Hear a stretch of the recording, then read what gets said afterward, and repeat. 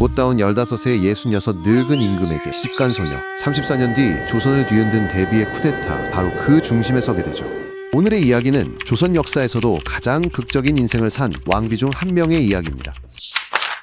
1759년 어느 뜨거운 여름, 창경궁 쪽으로 작은 가마 하나가 조용히 움직였습니다. 그 안에는 겨우 15살짜리 소녀가 앉아 있었죠. 오늘 기준으로 치면 중학교 2학년, 교복 입고 등교할 나이였습니다. 그런데 이 소녀가 오늘 맞이해야 할 사람은 26살의 노왕 영조였습니다. 나이 차이 무려 51세. 조선 왕실 전체를 통틀어 가장 극단적인 연상연하 혼인. 누가 알았을까요? 이 어린 소녀가 훗날 조선의 국모가 되고 무려 46년 동안 왕실 최정점에서 나라의 흥망을 지켜보게 되리라는 것을 사람들은 그녀를 정순왕후라고 부릅니다. 이야기는 그보다 조금 앞 1745년 가을 충청도 서산 땅에서 시작됩니다. 한 집에서 갓난아기 울음소리가 울려 퍼졌습니다. 아버지는 김한구, 어머니는 원주 원씨, 본관은 경주 김씨 가문이었죠. 경주 김씨는 뿌리가 오래된 명문이었지만 이 집안은 요란한 벼슬과는 거리가 있었습니다. 그대로 벼슬길보다는 글을 읽고 예법을 지키는 것을 더 중히 여기는 조용한 선비 집안이었습니다. 하지만 이 집에는 남들과 다른 내력이 하나 숨겨져 있었습니다. 김한구의 고조부는 효종 때 강빈의 억울함을 풀어달라고 상소를 올렸다가 끝내 곤장에 맞아 죽은 김홍욱이었습니다. 목숨을 걸고 바른 말을 한 충신의 후손, 그 피가 이 어린 소녀에게도 흐르고 있었던 것이죠. 게다가 이미 왕실과도 인연이 닿아 있었습니다. 김한구의 팔촌 형제 김한신이 영조의 딸 화순옹주의 남편이었기 때문입니다. 겉으로는 평범한 선비 가문, 속으로는 충절과 왕실 인연이 얽혀있는 집안. 그 속에서 소녀는 글을 배우고 예절을 익히며 자라났습니다. 그러던 1757년 소녀의 인생을 통째로 바꿔버릴 소식이 전해집니다. 영조의 정비 정성왕후가 세상을 떠났다는 소식이었죠. 영조와 함께한 세월이 이미 40해를 훌쩍 넘긴 뒤였습니다. 영조는 큰 상실감에 빠졌지만 왕에게는 언제나 정실 왕비가 필요했습니다. 그때 영조는 중요한 결심을 하나 내립니다. 아버지 숙종의 유언을 따르겠다고 선언한 것이죠. 후궁을 왕비로 삼지 않고 반드시 간택을 통해 새 왕비를 뽑겠다는 결단이었습니다. 왜 이런 규칙이 생겼을까요? 숙종대의 장희빈 사건을 떠올리면 이해가 됩니다. 후궁이 왕비가 되는 과정에서 벌어진 끝없는 암투와 피바람. 숙종은 후대의 군주들에게 부탁했습니다. 왕비만큼은 공정한 간택으로 뽑으라. 궁궐을 피로 물들이지 말라. 그 유언을 지키겠다. 영조가 이렇게 나선 것이죠. 그리고 1759년 6월 새 왕비를 뽑는 간택령이 떨어집니다. 전국의 처녀들이 명단에 올랐고 그 가운데 14살 김한구의 딸도 포함되어 있었습니다. 어린 소녀는 두근거리는 가슴을 안고 궁궐로 향합니다. 간택장엔 단정한 옷차림의 귀수들이 잔뜩 긴장한 얼굴로 앉아 있었습니다. 잠시 뒤 백발의 영조가 천천히 들어옵니다. 66의 노왕이었지만 눈빛만큼은 누구보다 매서로웠죠. 영조는 귀수들을 차례로 바라보더니 갑자기 이런 질문을 던집니다. 세상에서 가장 깊은 것은 무엇이냐? 한 사람씩 대답이 이어졌습니다. 산이 가장 깊사옵니다. 바다가 가장 깊사옵니다. 누구나 떠올릴만한 평범한 답들이었죠. 그때 김한구의 딸이 조용히 입을 엽니다. 세상에서 가장 깊은 것은 인심이옵니다. 사람 마음이 가장 깊사옵니다. 순간 영조의 눈빛이 달라졌습니다. 보이는 산도 아니고 측량할 수 있는 물도 아니고 눈에 보이지도 손에 잡히지도 않는 사람의 마음이라니 14살 소녀 입에서 그런 답이 튀어나올 줄은 상상도 못한 것이죠. 영조는 다시 묻습니다. 그렇다면 세상에서 가장 아름다운 꽃은 무엇이냐? 다른 교수들은 하나같이 화려한 꽃을 말했습니다. 모란이옵니다. 장미가 가장 곱사옵니다. 귀하고 고운 꽃들의 이름이 연달아 나왔습니다. 하지만 김한구의 딸은 또 다른 답을 내놓았습니다. 목화꽃이 가장 아름다운 꽃이옵니다. 순간 장래가 잠시 술렁였을지도 모릅니다. 화려한 빛깔도 없고 향기도 진하지 않은 목화꽃이라니. 그러자 소녀가 차분히 말을 이었습니다. 목화꽃은 제 몸을 바쳐 실을 뽑게 하고 그 실로 옷을 지어 백성의 몸을 덮어줍니다. 사람들을 따뜻하게 살게 하는 꽃, 그보다 더 아름다운 꽃이 어디 있겠사옵니까? 영조는 깊은 인상을 받습니다. 겉모습보다 백성을 먼저 떠올리는 마음, 눈에 보이는 화려함보다 실제 쓰임을 중시하는 생각, 그것을 14살 소녀가 알고 있다는 사실이 놀라웠던 것이죠. 그 순간 영조의 마음은 거의 기울어 버렸습니다. 그리하여 1759년 6월 22일 창경궁 명정전에서 큰 혼례가 열립니다. 66 노왕, 영조, 15세 신부 김씨, 둘 사이의 나이 차이 51세. 상황은 기묘했습니다. 신부의 할아버지 김선경조차 아직 살아있었고 그 김선경이 영조보다 5살이나 어렸습니다. 사위가 장인의 아버지보다 나이가 많은 이상한 가계도가 펼쳐진 것이죠. 더 기막힌 사실도 있습니다. 영조의 아들 사도세자는 1735년생 새 왕비보다 10살이나 많았습니다. 사도세자의 아들 훗날 정조가 되는 세손은 1752년생 새 왕비보다 겨우 7살 어렸습니다. 즉 15소녀는 겨우 7살 차이 나는 아이의 할머니가 된 것입니다. 궁궐 사람들은 서로 눈치를 보며 수군거렸겠죠. 이렇게 어린 왕비라니 도대체 무슨 일이냐고. 하지만 정순왕후는 첫 발을 내딛는 짓는 순간부터 자신이 왕비임을 보여주었습니다. 입궁 초기 어느 날 궁녀들이 왕비의 옷을 지으려고 치수를 재고 있었죠. 한 궁녀가 무심코 말했습니다. 마마, 뒤를 돌아서 주시옵소서. 순간 정순왕후의 목소리가 차갑게 떨어졌습니다. 내가 몸을 돌리면 될 일을 감히 누구더러 뒤돌라 하느냐. 어린 나이였지만 왕비의 채통이 무엇인지 알고 있었던 것입니다. 이 이야기는 곧바로 궁궐 안에 퍼졌습니다. 새 왕비는 결코 만만한 사람이 아니라는 인식이 자리 잡았죠. 영조는 이 어린 왕비를 각별히 아꼈습니다. 말을 아끼고 예법을 지키며 왕이 원하는 대로 움직이는 왕비. 1767년에는 경복궁 예토에서 친잡례를 주관하기도 했습니다. 선조 이후 거의 300년 가까이 열리지 않던 의식이 부활한 순간이었습니다. 하지만 누구에게나 채워지지 않는 한 구석은 있는 법. 정순왕후에게도 깊은 아쉬움 하나가 남았습니다. 아이를 갖지 못한 것이었죠.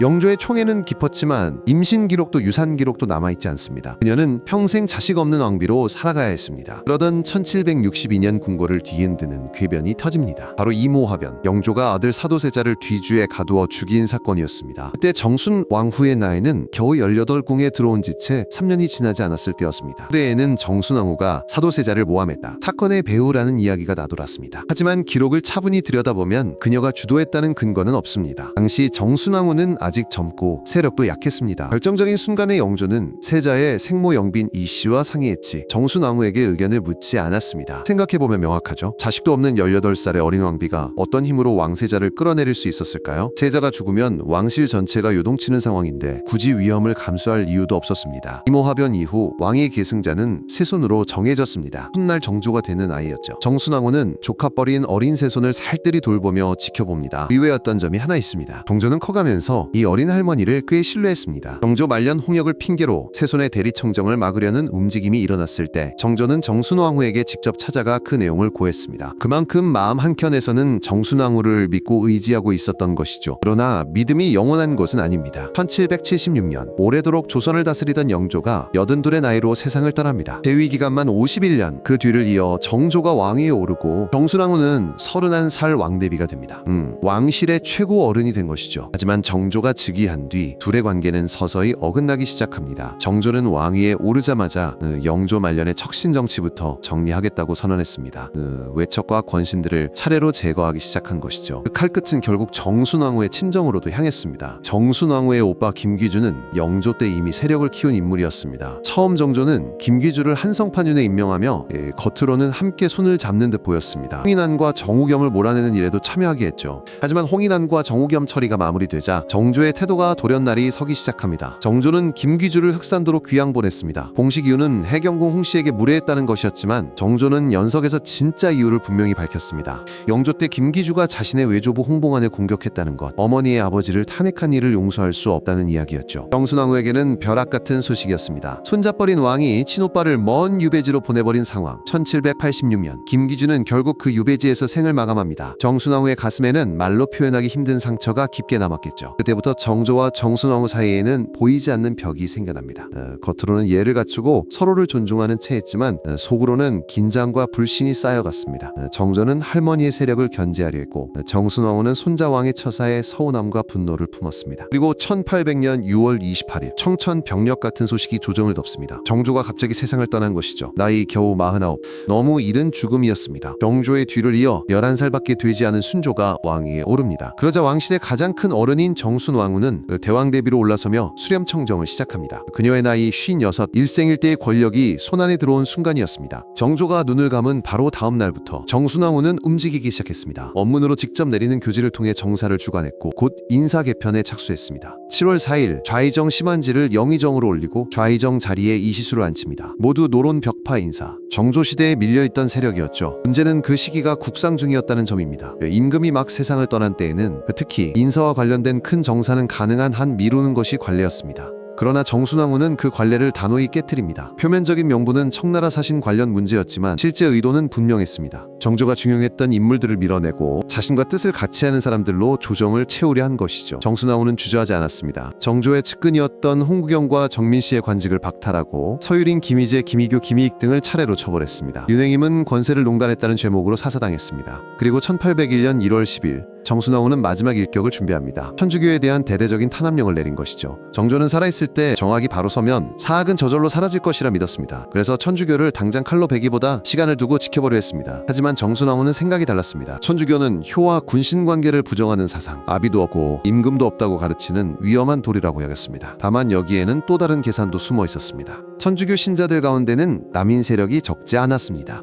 정조시대 크게 성장한 남인들, 정순왕후와 벽파 입장에서는 반드시 꺾어야 할 세력이었죠. 천주교 탄압은 그들을 제거할 완벽한 명분이었습니다. 그리하여 신유사옥이 시작됩니다. 각지에서 천주교 신자들이 붙잡혀왔고 조선에 들어와 있던 중국인 신부 주문모가 체포됩니다. 초기교의 지도자였던 이승훈 정약종이 잇따라 잡혀 처벌을 받습니다.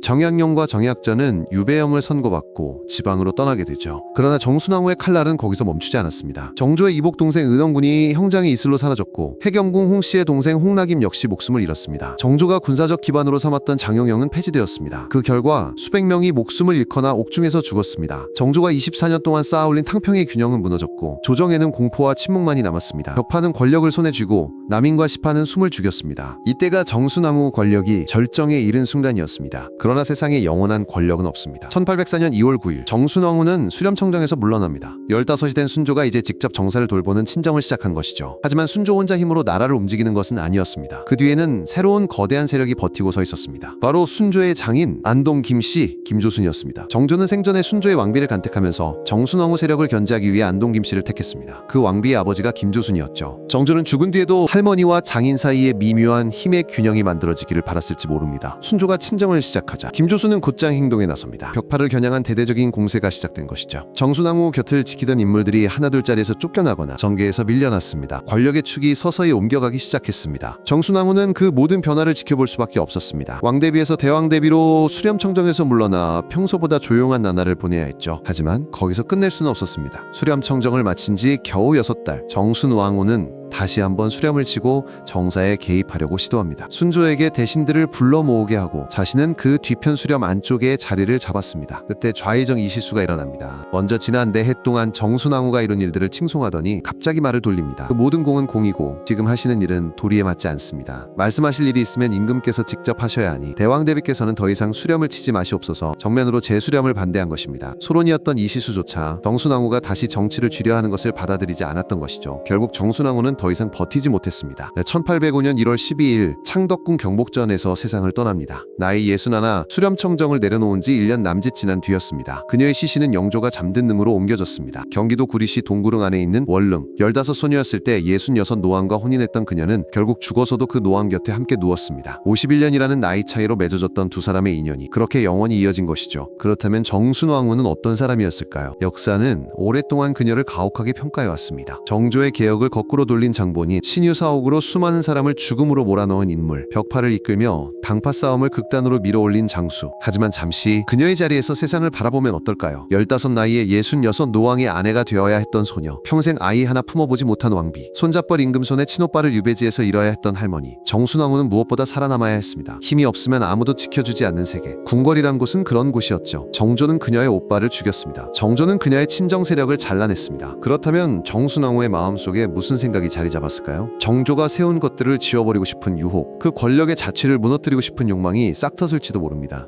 그 선택이 옳았는지 그르렀는지는 또 다른 문제지만 분명한 것은 그녀 역시 자신의 생존을 위해 싸웠다는 사실입니다. 조선이라는 나라에서 여자로 태어나 왕실로 시집와 권력의 한가운데에 서게 된 한 사람, 정순왕후의 삶은 살아남기 위한 치열한 방식 중 하나였습니다. 15의 왕비가 된 소녀는 61살 대왕대비로 생을 마감했습니다. 46년 동안 조선의 국모로 불리며 그 긴 세월 동안 수많은 피와 눈물, 권력과 배신을 지켜봤습니다. 사도세자의 비극적인 죽음, 정조의 화려한 즉위, 오빠의 유배와 죽음, 정조의 갑작스러운 붕어, 순조의 어린 즉위, 그리고 신유사옥으로 이어지는 피비린내 나는 탄압. 그녀가 살아간 세계는 자비보다는 힘이, 정의보다는 편이 더 중요하게 취급되는 곳이었습니다. 간택장에서 인심이 가장 깊다고 대답했던 소녀. 그 말은 결국 진실이었습니다. 사람의 마음은 끝을 알 수 없을 만큼 깊고 권력의 세계는 끝을 알 수 없을 만큼 잔혹했습니다. 정순왕후 이후 조선은 세도 정치의 시대로 미끄러져 들어갑니다. 안동 김씨가 전국을 틀어쥐고 수십 년 동안 권력을 독점하는 시대가 이어졌습니다. 정순왕후가 정조의 개혁을 뒤집으며 만들어낸 흐름이 결국 결국 조선을 세도 정치라는 늪으로 이끈 셈이죠. 역사에 만약은 없다고들 말하지만 그래도 자꾸 상상하게 됩니다. 만약 정순왕후가 정조의 정책을 그대로 이어갔다면, 만약 신유사옥이 일어나지 않았다면 조선의 역사는 지금과 달라질 수 있었을까요? 우리는 그 답을 영원히 알 수 없습니다. 다만 분명한 사실이 하나 있습니다. 15살의 한 소녀가 조선 후기 역사의 방향을 바꾸어 놓았다는 것, 그녀가 내린 선택 하나하나가 수많은 백성들의 삶과 죽음에 영향을 미쳤다는 것입니다. 오늘 동구릉 원릉 앞에서 보면 조용한 언덕 위 두 개의 봉분이 나란히 놓여 있습니다. 그곳에는 영조와 정순왕후가 함께 잠들어 있습니다.